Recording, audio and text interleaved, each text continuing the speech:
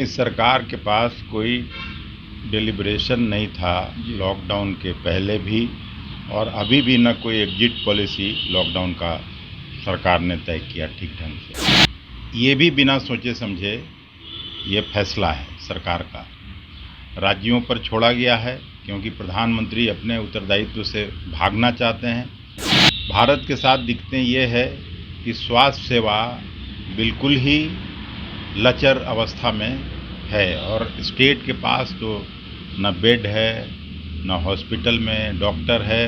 कितना बड़ा migrant labourers का प्रॉब्लम है, लोग भूखों मरे, सड़क पर मरे, रेलवे ट्रैक पर मरे, लेकिन सरकार हाथ पर हाथ रख के बैठी रह गई। तो ये तो साफ दर्शाता है कि सरकार की मिलीभगत है। वहाँ जो सरकारी पक्ष के विधायक हैं वो लोग सब उस हत्या में शामिल हैं और उन पर कोई किसी तरह की कार्रवाई नहीं हो रही है। तो सरकार और प्रशासन के लोग भी ध्यान नहीं दे रहे हैं। सब लोग मशगूल हैं अपना नीतीश कुमार के फिर से कैसे चुनाव जीता जाए।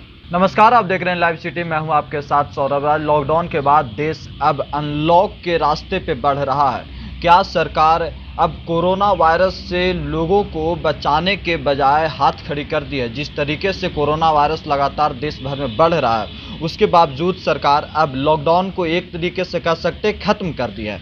क्या सरकार अब कोरोना वायरस के सामने हाथ खड़ी कर दी है? हमारे साथ है कांग्रेस के वरिष्ठ नेता और राज्यसभा सांसद अखिलेश जी। इनसे जानेंगे कि सरकार की भूमिका क्या और बढ़नी चाहिए थी जिस तरीके से कोरोना वायरस लगातार बढ़ते जा रहा है। सर, जिस तरीके से कोरोना वायरस लगातार दिन प्रतिदिन 2 लाख के पास केस से पहुंच गई, लेकिन सरकार अब अनलॉक कर दी है। कह सकते हैं कि लॉकडाउन खत्म हो गया है देश में। क्या सरकार अपनी जिम्मेदारी से भाग रही है? नहीं, सरकार के पास कोई डिलिब्रेशन नहीं था लॉकडाउन के पहले भी और अभी भी न कोई एग्जिट पॉलिसी लॉकडाउन का सरकार ने तय किया ठीक ढंग से। और उसी का नतीजा था कि जहां जब लॉकडाउन हुआ था 24 मार्च को जब अनाउंस किया था प्रधानमंत्री ने, तो केवल 500 पेशेंट थे संक्रमण के और 40 देश के ऊपर था इंडिया। आज 1,90,000 से ज़्यादा केसेज हो गए और जब आज से लॉकडाउन खुल रहा है तो 7वें स्थान पर विश्व में इंडिया चला आया है। और ये भी बिना सोचे समझे ये फैसला है सरकार का, राज्यों पर छोड़ा गया है क्योंकि प्रधानमंत्री अपने उत्तरदायित्व से भागना चाहते हैं। वो जानते हैं कि इस महामारी के भंवर में पूरा देश फंस गया है और ना आज दुनिया के पास कोई इलाज है, ना भारत के पास कोई इलाज है। भारत के साथ दिक्कतें ये है कि स्वास्थ्य सेवा बिल्कुल ही लचर अवस्था में है और स्टेट के पास तो न बेड है न हॉस्पिटल में डॉक्टर है। अगर कैपिटल सिटी को छोड़ दीजिए तो कहीं भी लोगों को हम लोग स्वास्थ्य सुविधा मुहैया कराने की स्थिति में नहीं है। सर, इसके लिए लगातार वर्तमान सरकार, चाहे केंद्र की सरकार हो, बिहार की सरकार, लगातार पूर्व की सरकारों के ऊपर आरोप लगा रहे हैं कि उनका देन है जो स्थिति आज देश में है। नहीं, इसमें किसी का देन नहीं है, लेकिन जब कभी इस तरह की आपदा आती है तो देश की सरकार को निश्चित रूप से प्रबंधन में मदद करना चाहिए। यहाँ फेडरल गवर्नमेंट है और जब तक वो मैनेजमेंट पैसा लोगों को नहीं देगी, सारा टैक्स कलेक्शन भारत सरकार के पास है, राज्यों से टैक्स कलेक्ट होता है, तो राज्यों को जब पैसा नहीं जाएगा, कितना बड़ा माइग्रेंट लेबरर्स का प्रॉब्लम है, लोग भूखों मरे, सड़क पर मरे, रेलवे ट्रैक पर मरे, लेकिन सरकार हाथ पर हाथ रख के बैठी रह गई। और अभी भी राहुल गांधी जी पर लोगों को, सरकार को उनके सुझाव पर नहीं भरोसा था, लेकिन उन्होंने लॉकडाउन के पहले भी कहा था और अभी भी कहा कि लॉकडाउन पूरी तरह फेल हो गया। सर, इसी लॉकडाउन में बिहार में आपने देखा कि काफ़ी कुछ हुआ। तेजस्वी यादव भी काफ़ी एक्टिव नजर आए राजनीति में। क्या विधानसभा चुनाव की तैयारी है? नहीं, विधानसभा चुनाव की तैयारी तो ये लोग कर ही रहे होंगे। और अभी कहा जाता है इमरजेंसी के बारे में, लोग बोलते हैं इमरजेंसी में तो 1 लाख एक्टिविस्ट बंद थे। आज तो 130 करोड़ लोगों को इन लोगों ने बंद कर दिया घरों में, लेकिन उसका कोई फायदा नहीं हुआ।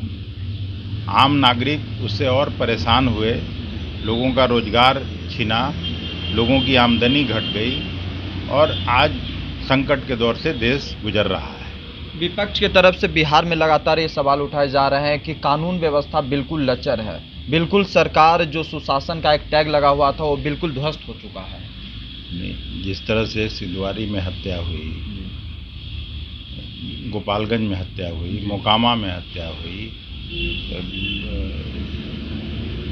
जहानाबाद के पास एक गांव में हत्या हुई, तो ये तो साफ दर्शाता है कि सरकार की मिलीभगत है। वहाँ जो सरकारी पक्ष के विधायक हैं वो लोग सब उस हत्या में शामिल हैं और उन पर कोई किसी तरह की कार्रवाई नहीं हो रही है। परसों ही रामदीरी बेगूसराय का बड़ा गांव है, वहाँ के किसानों का ज़मीन पहले अधिग्रहण हुआ और ज़मीन अधिग्रहण के बाद कोई मुआवजा नहीं दिया गया, लोगों का पैसा नहीं दिया गया, उस ज़मीन पर खेती नहीं करने दी जा रही है। वही खेती से ही आजीविका चलती है किसानों की।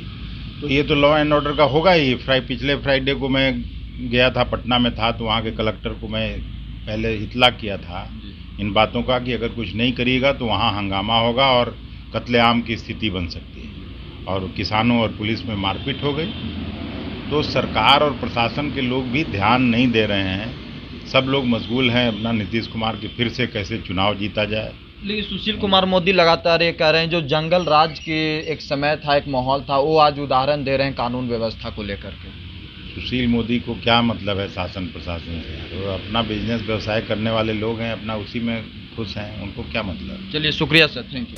नहीं, सरकार के पास कोई डिलिब्रेशन नहीं था लॉकडाउन के पहले भी और अभी भी न कोई एग्जिट पॉलिसी लॉकडाउन का सरकार ने तय किया ठीक ढंग से।